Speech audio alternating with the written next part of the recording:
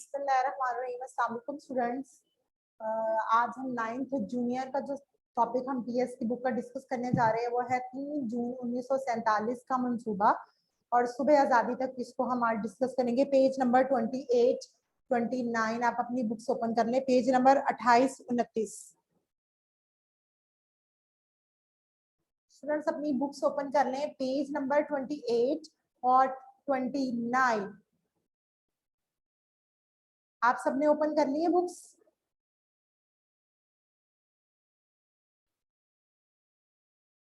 Students आपको मेरी आवाज आ रही है? Yes ma'am. आप सबने अपनी बुक्स ओपन कर ली है? यस जी, आज हम पहला जो टॉपिक है वो है 3 जून 1947 का मंसूबा। वो डिस्कस करने जा रहे हैं कि 3 जून 1947 को बरसगीर की जो तकसीम है उसका ऐलान किया गया, और जिससे इस बात का फैसला किया गया कि 14 अगस्त 1947 तक जो है वो इक़्तिदार जो बरसगीर की जो दो बड़ी जमातें हैं या बरसगीर की हिंदुस्तान के जो नुमाइंदे हैं उनके हवाले कर दिया जाएगा। ठीक है, 3 जून 1947 को क्या हुआ, बरसगीर की तकसीम का ऐलान कर दिया गया कि अब जो है वो बरसगीर को 2 हिस्सों में तकसीम कर दिया जाएगा, 2 मुल्कों में तकसीम कर दिया जाएगा। फिर ये भी साथ कहा गया कि 14 अगस्त 1947 को क्या होगा कि इक़्तिदार जो है वो बरसगीर के जो नुमाइंदे हैं, जो बड़ी जमात हैं, उनको मुंतकिल कर दिया जाएगा। फिर 3 जून 1947 के मंसूबे की एक अहम शिक भी थी, मतलब एक अहम पॉइंट ये भी था कि पंजाब और जो बंगाल है वहां पे एक हदबंदी कमीशन मुकर्रर किया जाए, और वहाँ के जो पंजाब और बंगाल के जो असम्बलियों के जो अरकान हैं उनके अलग-अलग इजलास होंगे, और जिसमें ये फैसला किया जाएगा कि इन सूबों की तकसीम जो है वो की जाए, और एक हदबंदी कमीशन मुकर्रर किया जाएगा जो कि इन सूबों की हदूद का तयन करेगा। ठीक है, सिंध असम्बली जो है वो उसको कसरत राय से जो है उसको हक दिया गया कि आप जो है राय शुमारी के जरिए ये जो है बता दें कि आपने भारत या पाकिस्तान दोनों में से किसके साथ शामिल होना है। इसके साथ जो सूबा सरहद और सलट के अवाम है वहां पे भी इस तस्वाबे राय कराया गया, वहां पे भी वोटिंग कराएगी कि पता चल सके कि वो दोनों जो सूबे हैं वो किसके साथ सॉरी शामिल होना चाहते हैं। इसी तरह बलूचिस्तान का जो सूबा है वहां पे जो है वो शाही जिरगा जो है उसका इनेकाद किया गया, ताकि जो है वो बता सके कि उन्होंने पाकिस्तान या हिंदुस्तान दोनों में से किसके साथ शामिल होना है। और जो सिंध असम्बली है उसने पाकिस्तान के साथ जो है वो शामिल होने का फैसला किया। ये था हमारा 3 जून 1947 का मंसूबा, जिसमें हमने डिस्कस किया कि 3 जून 1947 को बरसगीर की जो तकसीम है उसका ऐलान कर दिया गया, और साथ ही ये कह दिया गया कि 14 अगस्त 1947 तक जो है वो इक़्तिदार बरसगीर की जो दो बड़ी जमातें हैं जो यहाँ के नुमाइंदे हैं उनको उनके हवाले कर दिया जाएगा। फिर ये भी कहा गया कि इस जो 3 जून 1947 का जो मंसूबा उसका अहम पॉइंट ये था कि पंजाब और जो बंगाल की उनकी जो असम्बलियों के जो अरकान है उनके अलग-अलग इजलास होंगे, किसके साथ, जो अंग्रेजों के साथ, और फिर जो है वहां पे जो है एक हदबंदी कमीशन मुकर्रर किया जाएगा और उनकी तकसीम का फैसला किया जाएगा। सिंध असेंबली में कहा गया कि आप इस तस्वाबे राय कर लें, अपनी वोटिंग के जरिए बता दें कि आपने पंजाब पाकिस्तान या भारत दोनों में से किसके साथ जो है वो शमूलियत इख्तियार करनी है। इसी तरह सुबह सरहद और सलट में भी तस्वाबे राय कराया गया और बताया, उनसे पूछा गया कि आपने पाकिस्तान या भारत दोनों में से किसके साथ जो है वो शमूलियत का इरादा किया है। इसी तरह जो बलूचिस्तान है वहां पे शाही जिरगा मुनक्कद किया गया, जिसके जिम्मे ये था कि वो इस बात का फैसला कर सकें कि पाकिस्तान या भारत दोनों में से किसके साथ उन्होंने शामिल होना है। अब जो सिंध असम्बली है उसके जो अरकान उन्होंने सबने जो है पाकिस्तान में शमूलियत के हक में वोट दिया। तो ये हमने डिस्कस किया है 3 जून 1947 का मंसूबा। अगर आपको इसमें कोई कंफ्यूजन है so you can ask any question. हम सिर्फ ये 3 जून 1947 वाली करना है? नहीं, आगे पढ़ा रही हूँ मैं, आगे भी हम डिस्कस करते हैं। आपको इस टॉपिक में कोई कंफ्यूजन है 3 जून 1947 के मंसूबे में? तो ओके, नेक्स्ट है हमारा कानून आजादी हिंद 1947।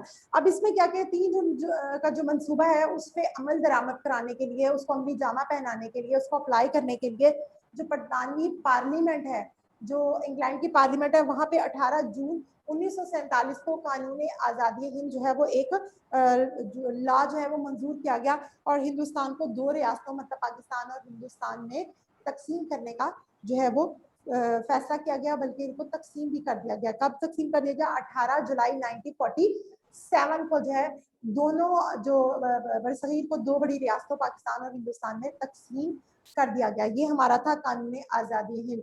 उसमें हमने क्या डिस्कस किया कि 3 जून का जो मंसूबा है उसको उसके अमल दरामद कराने के लिए 18 जुलाई 1947 को कानून आज़ादी हिंद जो है वो बरतानवी पार्लियामेंट में मंजूर किया गया, जिसकी रूह से पाकिस्तान और भारत जो है इसको दो जो है वो मुल्कों में तकसीम कर दिया गया। आगे है रेड क्लिफ अवार्ड। ये आप लोगों ने 8th क्लास में पहले भी पढ़ के आ चुके हैं कि पंजाब और बंगाल के इलाकों की तकसीम का फैसला होना था और वहां पे हदबंदी कमीशन मुकर्रर किया गया।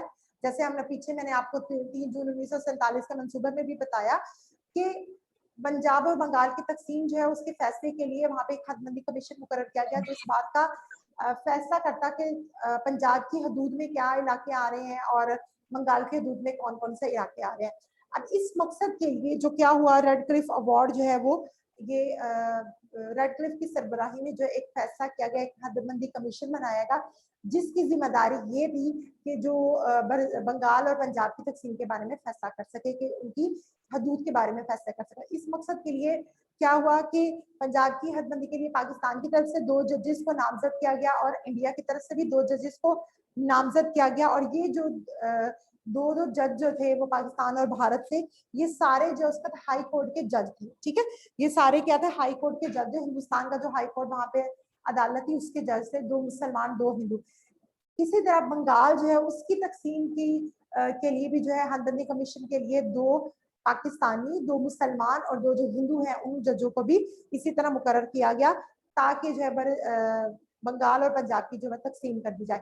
अब तकसीम के वक्त जो वासराय था जिसका नाम था रेड क्लिफ, उसने क्या किया? उसने कांग्रेस के साथ उसकी अच्छी बनती थी, उसने उसके साथ गठजोड़ किया और बहुत से ऐसे इलाके जो कि पाकिस्तान जहाँ पे मुसलमानों की अक्सरियत थी, जैसे कि मशरकी पंजाब के बहुत से इलाके हैं जहाँ पे मुसलमानों की तादाद बहुत ज्यादा थी, वो इलाके जो है वो कांग्रेस के साथ उसने गठजोड़ करके उनकी बात को इम्पोर्टेंस देते हुए वो इलाके जो है वो भारत में शामिल कर दिए गए।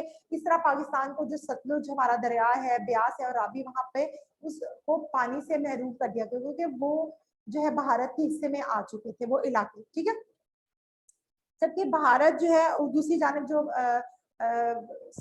पंजाब क्या है, कश्मीर है, उसको भी भारत के हवाले कर दिया गया। गुरदासपुर जो इलाका है वो भारत के हवाले कर दिया गया, जो कि कश्मीर तक जाने का जो है बिल्कुल स्मूथ रास्ता था। इस तरह जो है वो भारतीय फौजें जो है वो कश्मीर में दाखिल होगी और उन्होंने कश्मीर पर कब्जा कर लिया।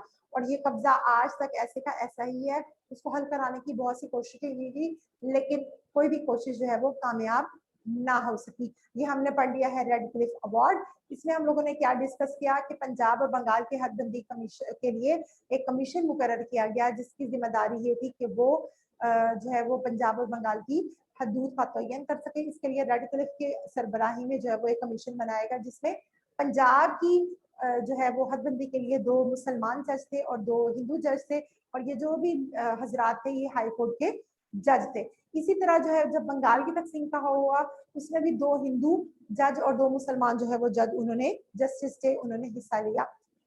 लेकिन क्या हुआ कि जो वासराय था उस वक्त का रेड क्लिफ, उसने बहुत ही उसकी कांग्रेस के साथ बहुत ज्यादा बनती थी, तो उनके साथ गठजोड़ करके के उसने बहुत से ऐसे इलाके जो कि जैसे मशरकी हिस्सा है पंजाब का, वहां पे मुसलमानों की तादाद बहुत ज्यादा थी, लेकिन कांग्रेस की जो गठजोड़ की वजह से और कांग्रेस की हठधर्मी की वजह से वो इलाके भी भारत के हवाले कर दिए गए। इसी तरह जो है वो कश्मीर तक का जो रास्ता है वो भी भारत के हवाले इस तरह किया गया कि गुरदासपुर का जो इलाका है वो भारत के हिस्से में आ गया, और वो इलाका जो है कश्मीर तक जो है एक स्मूथ रास्ता फराहम करता था। इस तरह भारतीय जो फौजी हैं उन्होंने कश्मीर पर कब्जा कर लिया, और ये जो है कब्जा आज तक जारी सारी है। इसको हल कराने की बहुत सी कोशिश की गई, लेकिन तमाम कोशिश जो है अभी तक नाकाम साबित हुई है। लास्ट हमारा पॉइंट जो आज हम डिस्कस करने जा रहे हैं वो है सुबह आजादी। वो कहते हैं कि आजादी का जो तस्वुर है वो कौमों की जिंदगी में बहुत इंपॉर्टेंट है। हम कौम क्या, हम कोई भी चीज ले लें, कोई जानवर ले लें, अगर हम उसको कैद में रखेंगे तो उसकी जिंदगी बड़ी वो तंग सी होगी, लेकिन जैसे ही अगर आप उसको आजाद करेंगे वो खुली फिजा में सांस लेगा, तो वो जो है उसके लिए बहुत इंपॉर्टेंट होता है। इसी तरह कौमों की जिंदगी में भी आजादी का जो तस्वुर है, आजादी का जो कॉन्सेप्ट है वो बहुत ज्यादा इंपॉर्टेंट है। इसी तरह पाकिस्तान, जैसे कि आपको हमने पीछे डिस्कस किया कि 18 जुलाई को 1947 को तकसीम जो है वो कर दिया गया, लेकिन बाकायदा वो हदूद बंदी होने के बाद बाकायदा जो वो ऐलान जो है वो हुआ 14 अगस्त 1947 को। पाकिस्तान जो है वो 27 रमजानुल मुबारक लैलतुल कद्र की जो मुबारक रात थी, उस दिन जो है वो पाकिस्तान दुनिया के नक्शे पर उभरा और कायद आज़म मोहम्मद अली जिन्ना जो है वो पाकिस्तान के पहले गवर्नर जनरल जो है वो करार पाए। सो ये आज हमने जो 4 छोटे छोटे से टॉपिक है इनको डिस्कस किया है। अगर आपको इससे रिलेटेड कोई भी क्वेश्चन पूछना है, so you can ask any question but one by one. हाँ जी, आपको इससे रिलेटेड कोई क्वेश्चन पूछना है स्टूडेंट्स? जी, किसी को कोई कंफ्यूजन है, कुछ पूछना है आपने इससे रिलेटेड? स्टूडेंट्स, आपको मेरी आवाज आ रही है? You can hear me? Yes teacher. हाँ जी, आज आपको इससे रिलेटेड जो आज हमने टॉपिक डिस्कस किया है, इससे रिलेटेड आपको कुछ पूछना है, सो आप मुझसे पूछ सकते हैं। टीचर 3 जून 1947 का मंसूबा एक बार दोबारा बता दें। दोबारा से हम डिस्कस कर लेते हैं। 3 जून 1947 जो है उसमें उस दिन जो है बरसगीर की तकसीम का ऐलान किया गया। 3 जून 1947 को ये ऐलान किया गया कि बरसगीर की तकसीम कर दी जाएगी और इसमें इस बात का भी फैसला कर दिया गया कि 14 अगस्त 1947 तक जितनी भी अथॉरिटी है, जितना भी इक़्तिदार है, जितने भी मामलात हैं, वो सारे के सारे जो है वो करार पा जाएंगे और तमाम जो इक़्तिदार है वो सारे का सारा जो है बरसगीर की दो बड़ी जो जमातें हैं कांग्रेस और मुस्लिम, उनको मुंतकिल कर दिया जाएगा।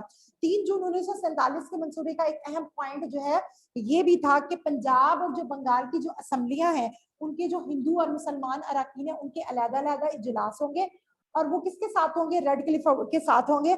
और इसमें ये फैसला किया गया कि इन सूबों को भी तकसीम कर दिया जाएगा और इनकी हदूद का तयन किया जाएगा कि इस सूबे की कितनी हद है और दूसरे सूबे की कितनी हद है। इसके लिए उन्होंने एक हदबंदी कमीशन मुकर्रर जो है करने का फैसला किया। सिंध असेंबली जो है वहां पे कसरत राय से, मतलब कह सकते हैं लोगों की राय ली गई और इससे इस सूबे की जो मुस्तकबिल है उसका फैसला किया गया। सूबे सरहद और सलहट के जो अवाम है वो भी उनको भी ये हक दिया था कि वो पाकिस्तान या भारत दोनों में से जिसके साथ भी वो शामिल होना चाहे वो शामिल हो सकते हैं। जबकि बलूचिस्तान जो है वहां पे शाही जिरगा सिस्टम है, जिरगा सिस्टम है जो कि कुछ उस इलाके के क्या ले मोतबर लोग जो है वो मिलकर किसी बात का फैसला करते हैं या उस इलाके की भलाई के लिए जो है वो उस इलाके की जो लोगों की पॉइंट ऑफ व्यू है उसके मुताबिक जो है वो फैसला करते हैं। तो वो जो शाही जिरगा बलूचिस्तान के में मुनक्कद किया गया वहाँ के लोगों की राय जानने के लिए। इसी तरह जो सूबा सिंध है, मैंने अभी आपको बताया कि वहाँ पे कसरत राय से फैसला करने का कहा गया, तो सिंध असेंबली जो है उन्होंने पाकिस्तान के साथ शामिल होने का, मतलब सूबा सिंध को पाकिस्तान में शामिल होने का फैसला जो है वो किया गया। और कुछ? नो। अच्छा, मुझे ये बताएं, अभी आप लोगों ने जैसे कि हम लोगों ने 4 पॉइंट्स को डिस्कस किया, आप मुझे ये बताएं कि कानून आजादी हिंद जो है वो क्या है, कब मंजूर किया गया, क्या है इसका? जी मैं बताऊं? यस। जो 3 जून के मंसूबे को अमली जमा पहनाने के लिए जो था ना, बरतानवी पार्लियामेंट ने 18 जुलाई 1947 को मंजूर करवाया था और इसमें ये फैसला हुआ था कि 2 रियासतें पाकिस्तान और भारत को तकसीम कर दिया जाए। वेरी गुड, के 2 जो रियासतें हैं, 2 जो बड़ी कौमें हैं उनको तकसीम कर दिया जाए। Very good. अच्छा, सुबह आजादी जो है वो क्या है? सुबह आजादी ये मुझे बताएगा उबैद रजा।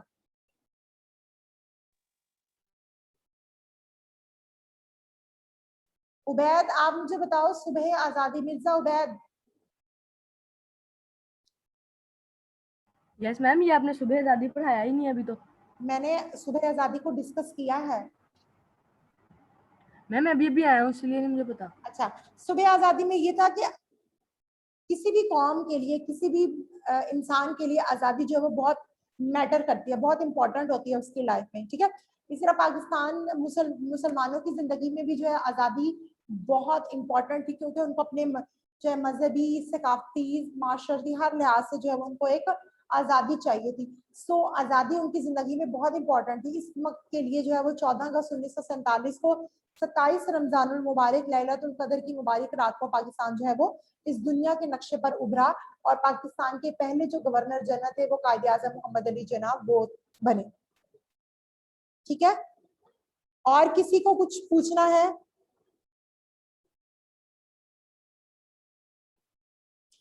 जी स्टूडेंट्स, कुछ पूछना है आपको? टीचर अच्छा मुझे ये बताएं, कोई आप में से कि रेड क्लिफ अवार्ड जो है उसके बारे में वो क्या था, उसके बारे में आप क्या जानते हैं? मैं बताऊं? यस। मैम इसमें रेड क्लिफ अवार्ड में ऐसे हुआ था कि जो रेड क्लिफ था ना, उसको हिंदुओं ने ना अपने लिए दस्तखत करने वाली की जगह इस्तेमाल किया था। तो जब मुसलमान किसी जलसे में मसरूफ थे तो उन्होंने ना बहुत से गैर जरूरी दस्तखत करवा ली थी, जिसमें मुसलमानों को बहुत से इलाकों से महरूम होना पड़ा था, और जिसमें दरिया भी आ जाते हैं। जी, और इसी तरह कश्मीर का जो इलाका है वो भी भारत के हवाले किस तरह था ना बिलासपुर के रास्ते बंगाल तकसीम के बारे में था, और इसमें जो है वो रेड कल्फ अवार्ड जो था ना वो हकबंदी कमीशन मुकर्रर हुए थे, उसका सरबराह था वो, मतलब कि ना रेड कल्फ अवार्ड इस तरह करके। और जो रेड कल्फ अवार्ड है इसमें जो था ना वो हिंदुओं ने मुसलमानों की काफी ज्यादा चीजें जब्त कर ली, कश्मीर का इलाका भी जब्त कर लिया था, बहुत ज्यादा फौजी असलाह सामान भी जब्त कर लिया था, और मतलब कि ना मुसलमानों को नुकसान पहुंचाया था, और जो वाइसरॉय है लॉर्ड मिंटो के साथ मिलकर मुसलमानों को नुकसान पहुंचाया था। सही, गुड। अच्छा, कल जो हम लोगों ने डिस्कस किया था क्लास, हम लोगों ने कल करारदाद लाहौर जो है उसको डिस्कस किया था, जिसे करारदाद पाकिस्तान भी कहा जाता है। ये करारदाद कब मंजूर की गई थी?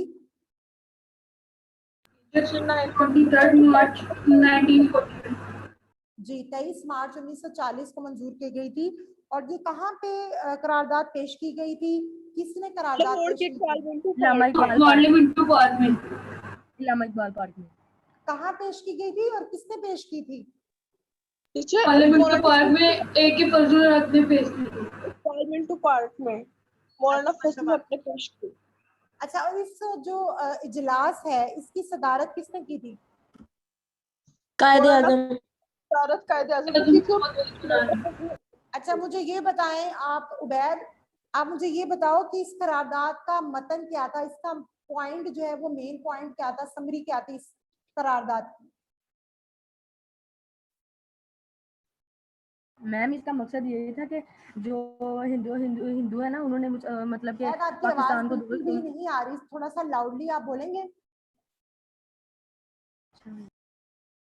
मैम इसमें करारदाद लाहौर में इस तरह हुआ था कि जो हिंदू और मुस्लिम अक्सरियत है ना, वो दो इलाकों में मुश्तमिल थी, उनको अलग-अलग करना था। मतलब हिंदुओं के लिए अलग इलाका चूज कर लिया गया था और मुसलमानों के लिए अलग। मुसलमानों को जो नक्शे की सतह जो मैं डिफाइन करूं इसको? अली आप बताओ। मेरा नेट स्लो चल रहा है इसलिए नहीं आवाज आ रही। अली आप बताएं मुझे। टीचर, इसका असल मकसद था कि हिंदुओं को इस बात से आगाह करना कि मुसलमान हिंदुओं के नीचे दब के नहीं रह सकते, और वो कोई भी उनका कोई उनका कानून नहीं मानेंगे जिससे मुसलमानों को नुकसान पहुंचे। नहीं, और भी इसका एक और भी मकसद था कि जो इलाके जो है वो वहाँ पे मुसलमानों की अक्सरियत है, वो इलाके जो है इसकी मैं आयशा बताऊं, उनको जो है वो पाकिस्तान में शामिल कर दिया जाए और जो है वहाँ पे मुसलमानों के हकूक का तहफ़्फ़ुज़ किया जाए। इसी तरह जो वहाँ पे गैर अक़लियतें हैं, जो अक़लियतें हैं वहाँ पे, जो माइनॉरिटीज हैं, उनके भी हकूक का उसी तरह तहफ़्फ़ुज़ किया जाए। जी, मैं बताऊं, बताएं आप। किसी करारदाद लाहौर में ना, मतलब कि एक तो जो अभी इसने बताया अली ने कि उन्होंने और कहा था कि मुसलमान हिंदुओं के नीचे दब के नहीं रह सकते, और इसके अलावा ये भी था कि मुसलमानों का मजहब, सकाफत, तहजीब सब कुछ हिंदुओं से डिफरेंट है, इसलिए वो अलग, मतलब कि अपनी उनको अलग रहना चाहिए। जहाँ मुसलमान ज्यादा आबादी में, ज्यादा अक्सरियत में है, उनको मिलाकर अलग रियासत कायम कर दी जाए, ताकि मुसलमानों को भी अपने हकूक मिले, उनको भी अपनी शनाख्त मिले, उनका भी अपना एक वतन हो, उनको भी आजादी हासिल। Very good. हाँ जी, आज वैसे आप लोग स्टूडेंट इतने कम क्यों जो है वो हुए हैं आप लोग ऑनलाइन, और कोशिश किया करें ज्यादा, लाइट चली गई थी। क्योंकि वैसे भी इतनी ब्रांचेस में से अगर सिर्फ आप 8-10 बच्चे ऑनलाइन होते हो तो उसका क्या, आपको चलो कुछ ना कुछ बेनिफिट है, कुछ ना कुछ हो रहा है, आप ऑनलाइन क्लासेस से कुछ ना कुछ सीख ही रहे हो ना। तो अगर 8-10 स्टूडेंट भी ऑनलाइन होते हैं तो फिर क्या मतलब उसका क्या जो है फायदा है। तो कोशिश किया करें कि सारे ऑनलाइन हुआ करें और पार्टिसिपेट भी किया करें। आप में से सिर्फ 2-4 जो गिने चुने बच्चे हैं जो पार्टिसिपेट करते हैं, बाकी जो है कोई पार्टिसिपेट नहीं करता। शुक्र है आज मोहम्मद फसीह साहब को भी याद आया कि उन्होंने भी ऑनलाइन आना है, शहीर और फसीह साहब को। और स्टूडेंट्स कोई आज के टॉपिक से रिलेटेड आपको कुछ पूछना है तो आप मुझसे पूछ सकते हैं।